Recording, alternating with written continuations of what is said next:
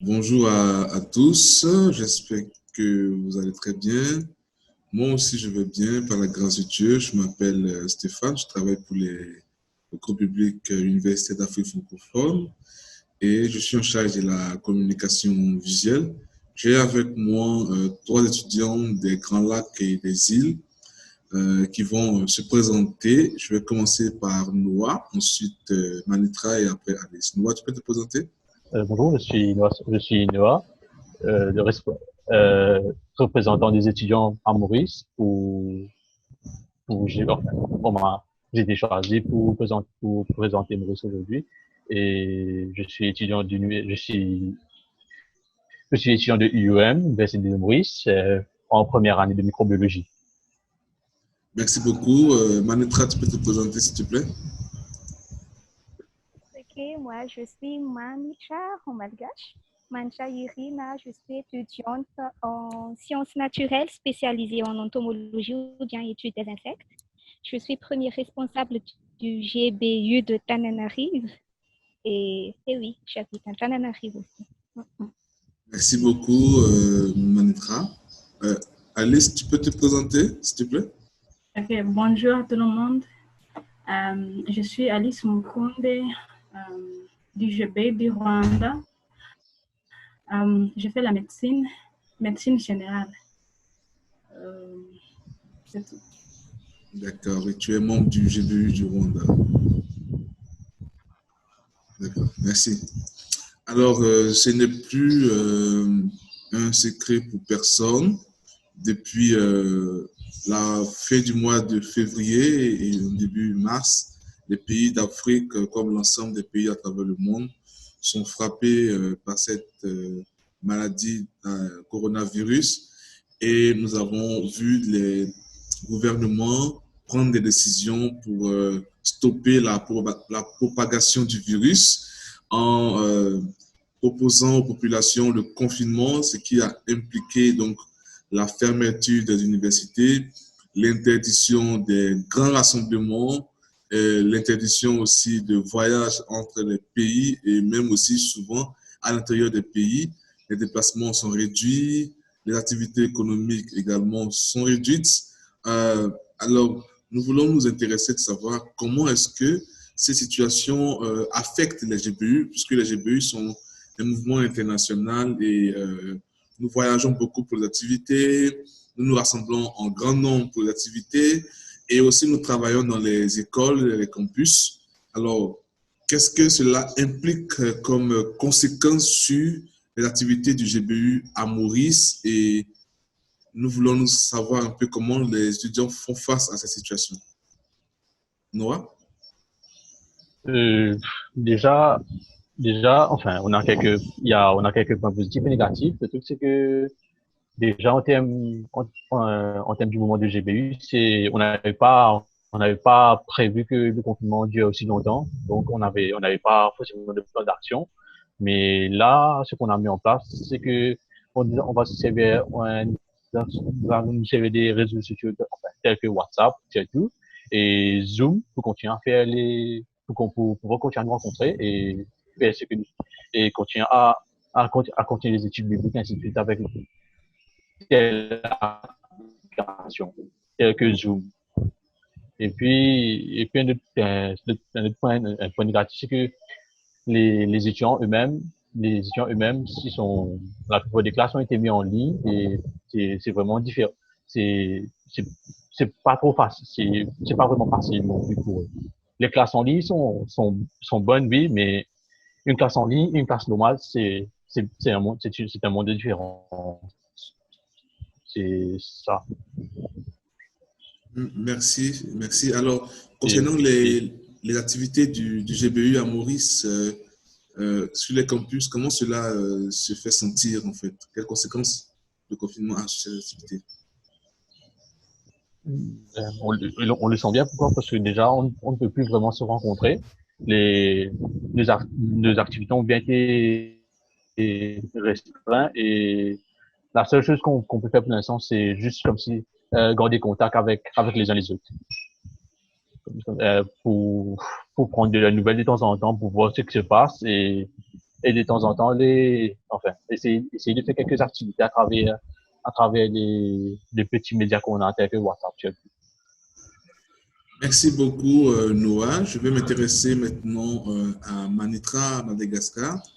Le confinement qui implique la fermeture des universités et aussi l'interdiction des grands rassemblements, l'interdiction des voyages, comment cela a eu une conséquence sur le GBU à Madagascar et aussi sur les activités des étudiants sur les campus? Ok, merci de m'avoir posé cette question. Comme Noah avait dit, on n'a pas prévu ce catastrophe, alors qu'on n'a pas pu adapter ou bien il y a un plan d'action. Mais comme c'est considéré comme imprévu, alors que nous, les GBU TANA, restent toujours en contact, c'est une organisation interne entre les comités que nous avons fait la réunion en ligne en utilisant des réseaux sociaux comme Facebook. Et il y a aussi une mesure d'accompagnement comme l'envoi des messages chaque jour ou bien hebdomadaire, l'envoi des versets bibliques quotidiens ou bien de faire un partage de témoignages comme ça. Parlons de ce qui s'est passé hier, c'est en ligne qu'on a fait de veillée de prière, oui, comme hier, mais c'est juste depuis hier, mais pas avant. Yeah. D'accord. Est-ce que vous avez vu les activités être annulées, être reportées? Ok.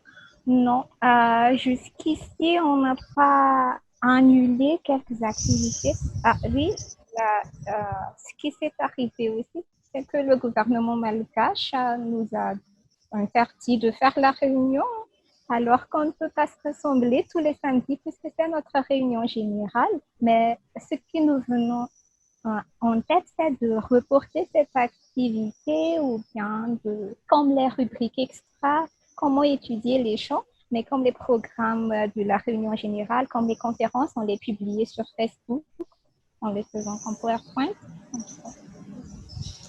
Ok, merci beaucoup, Manitra. Alice, tu peux nous décrire la situation au Rwanda? Ok.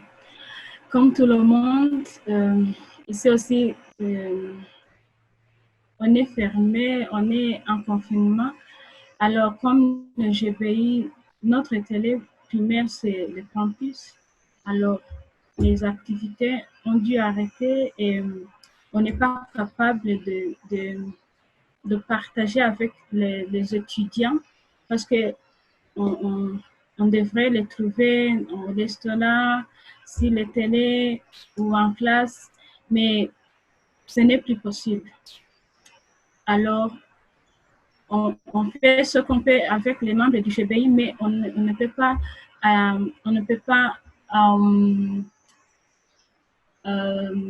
comment dire, les autres qui ne sont pas les membres du GBI. Oui, ce sont aussi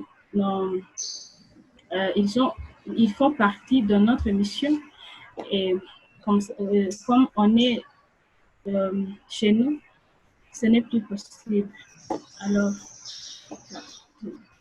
les activités ont dû arrêter et on n'a pas eu le temps de se préparer sans dû être vraiment, c'était soudain et personne n'était préparé à ça, avec le GBI aussi. C'est un peu ça. Merci Alice. Alors, avec toi, nous allons maintenant aborder la deuxième question.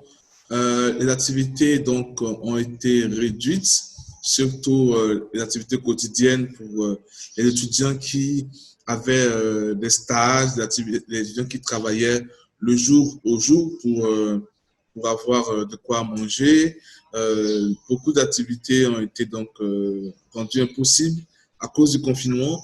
Quelle implication financière le confinement a pu avoir sur les étudiants? Le GBI avait des activités de GBI sont financées par les membres eux-mêmes. Alors, comme ça, on ne peut pas faire des rassemblements, on ne peut pas donner des offrandes c'est ça où on trouvait de l'argent pour faire des choses.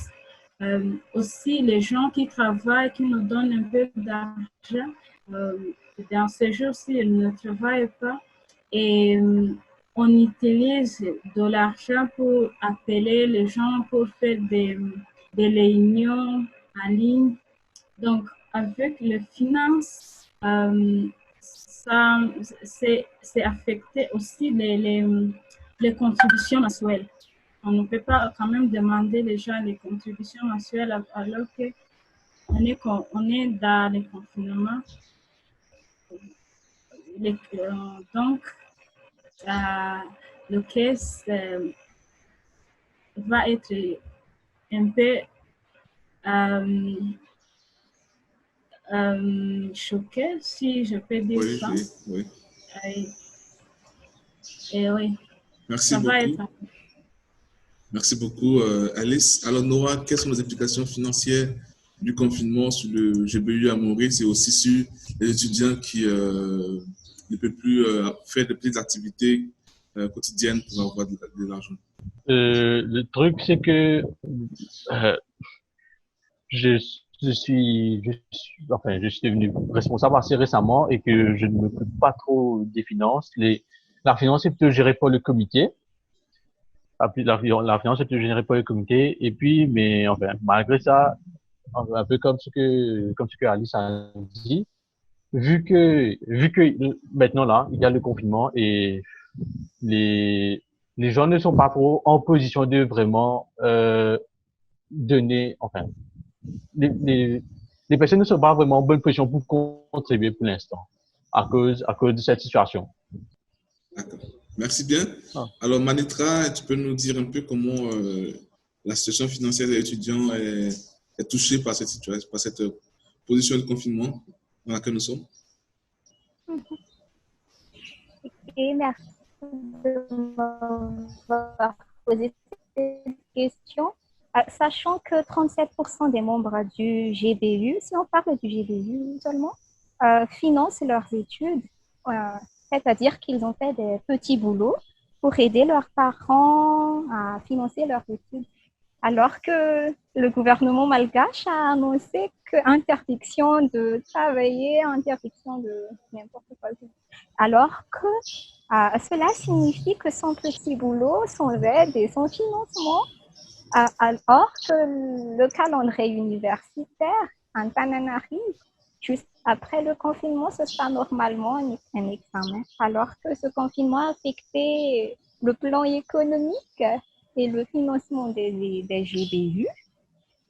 Mais si on parle plus précisément ou bien en détail du GBU Tananarive, c'est que le coronavirus a affecté le côté financier de la majorité des étudiants.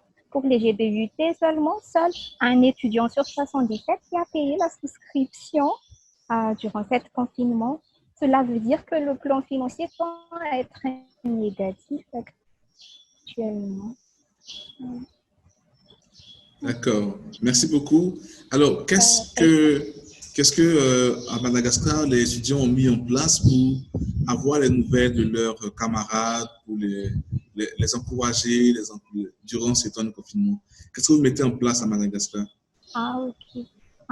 Ici, à Madagascar, nous utilisons 3 opérateurs différents, alors que pour reconforter les autres, on doit envoyer des SMS pour seulement 100 arrières et 100 arrières égale 10 SMS si on utilise le même opérateur, alors que par SMS, qu'on encourage ou bien qu'on reconforte les autres. Il y a aussi le réseau social Facebook qui peut être moins cher pour les étudiants aussi. Et sur cette publication, qu'on réconforte aussi les autres. À part, nous sommes peu nombreux qui utilisent les emails, ou bien pour ça, alors que c'est par SMS ou bien par Facebook qu'on se communique actuellement. Merci beaucoup. Merci beaucoup, Alice. Comment vous réconfortez vos amis, vous les encouragez au Rwanda? Ok, ces jours-ci, on a fait des répartitions et des membres, on a partagé dans des petits groupes et on a fait que chaque groupe a le membre du comité va faire le suivi des petits groupes pour voir comment ils font des études bibliques, pour demander les vies sociales, pour savoir si tout le monde va bien, et pour avoir des nouvelles des familles aussi. On ne peut pas ignorer que des situations dans les familles aussi n'est pas bonne. Alors, on fait tout le possible pour avoir des nouvelles. Et si on trouve qu'il y a quelque chose qu'on peut aider, on le fait. Merci beaucoup, Noah. Comment vous accompagnez vos amis? Pour nous ici, on a mis plusieurs petits groupes chat sur WhatsApp et de temps en temps, on prend des nouvelles régulièrement. Chacun prend des nouvelles de l'autre. Et aussi, pour passer le temps, on a mis en place certaines petites activités, telles que, l'activité la plus récente, c'était, on a pris notre activité plus récente, c'est, vous savez, on a pris les petits emojis.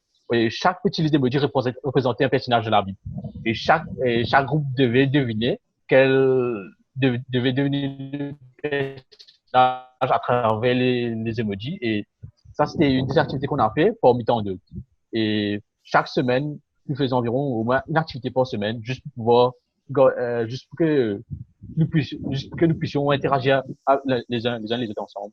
Et c'était un bon moyen de garder contact. Est-ce que aussi vous voyez en cela une opportunité d'évangéliser? Évangéliser pendant ce confinement, ça pourrait vraiment être fait grâce à l'usage de Zoom. Ok. Merci beaucoup. Alors, Alice, comment vous voyez en cette période de confinement une opportunité pour vous donc de partager l'évangile? Avec le confinement, tout le monde est à la maison. Nous sommes disponibles et à tout ce qu'on veut prêcher, ils sont aussi disponibles. Donc, on a beaucoup de temps. Je dirais même que c'est une bonne opportunité de passer le temps en famille parce que quelquefois on peut partager à nos membres de famille dans un peu de temps qu'on a pendant les vacances. Mais avec ce confinement, on a beaucoup de temps de passer ensemble et comme tout le monde, beaucoup de gens ne travaillent plus, ils restent à la maison. Donc, avec aussi des appels téléphoniques, on peut appeler beaucoup de gens par téléphone, on peut les partager sur les réseaux sociaux. Donc, avec le confinement, je dirais que c'est une bonne opportunité pour prêcher. Et avec les gens, ils ont aussi peur du coronavirus. Donc, c'est une belle opportunité pour pour parler de quelqu'un qui peut donner la paix éternelle. Donc, je trouve que c'est une bonne occasion pour l'évangélisation.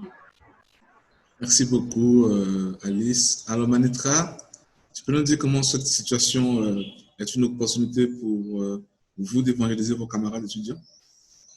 Ok. J'aimerais bien répondre à la question, ajouter quelques réponses à la question précédente avant de répondre à cette question. D'accord. Les responsables étudiants aussi accompagnent leurs camarades par le système berger et brebis. Je sais que vous connaissez très bien. Nous avons adopté cette stratégie comme accompagnement et d'encadrement des GBU, mais on les fait aussi notre camarades. le système d'évangélisation personnelle par amitié aussi, ou bien le PA. Il y a aussi, comme je viens de dire, le partage ou témoignage hebdomadaire, les prières.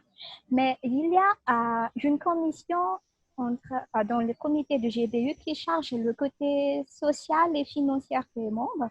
On les appelle CROMS. Alors que cette commission demande à ce que notre camarade ont besoin, ou bien les membres ont besoin, non seulement sur le plan spirituel, mais aussi sur le plan social, ou bien estudiantin, et nous leur venons en aide selon notre disponibilité. Et aussi comment cette situation nous donne une opportunité d'évangélisation. Sincèrement, il nous est difficile de faire comme d'habitude, parce que ce ne sont pas la majorité des étudiants qui vivent dans la ville, et qui a accès à Internet ou au réseau. Il y a aussi la difficulté de déplacement, de sortir. L'accès aux moyens de communication nous paraissent comme grand problème actuellement.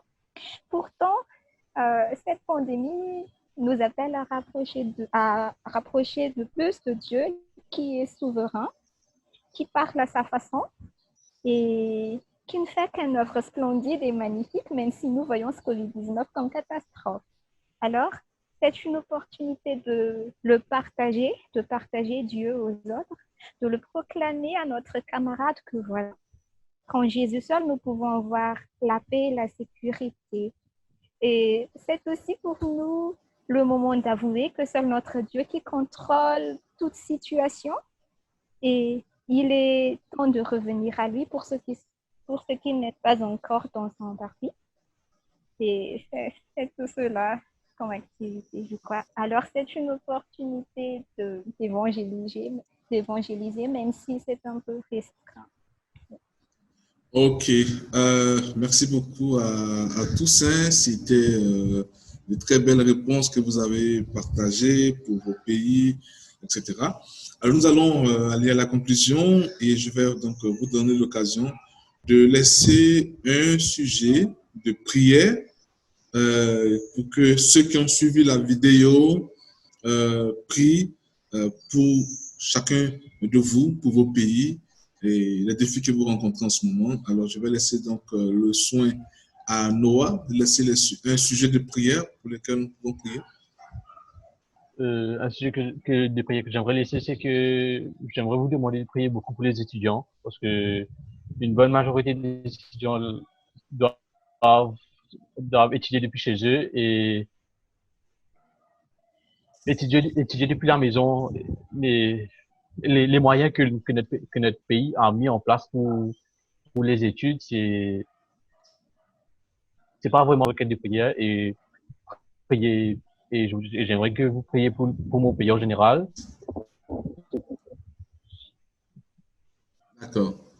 Nous allons prier donc pour que les moyens mis à disposition pour permettre aux étudiants donc d'étudier à la maison soient efficaces, et prier pour que le gouvernement s'en sorte dans la gestion donc de cette crise-là. Merci beaucoup Noah. Alice, les sujets de prière pour le Rwanda? Oui. Ok, vous allez nous aider à prier pour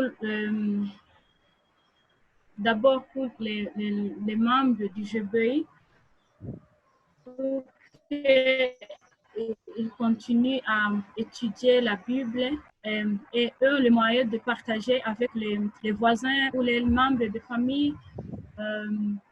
Aussi, on va prier pour la population en général, parce que la situation commence à être difficile, surtout sur les gens dans la capitale.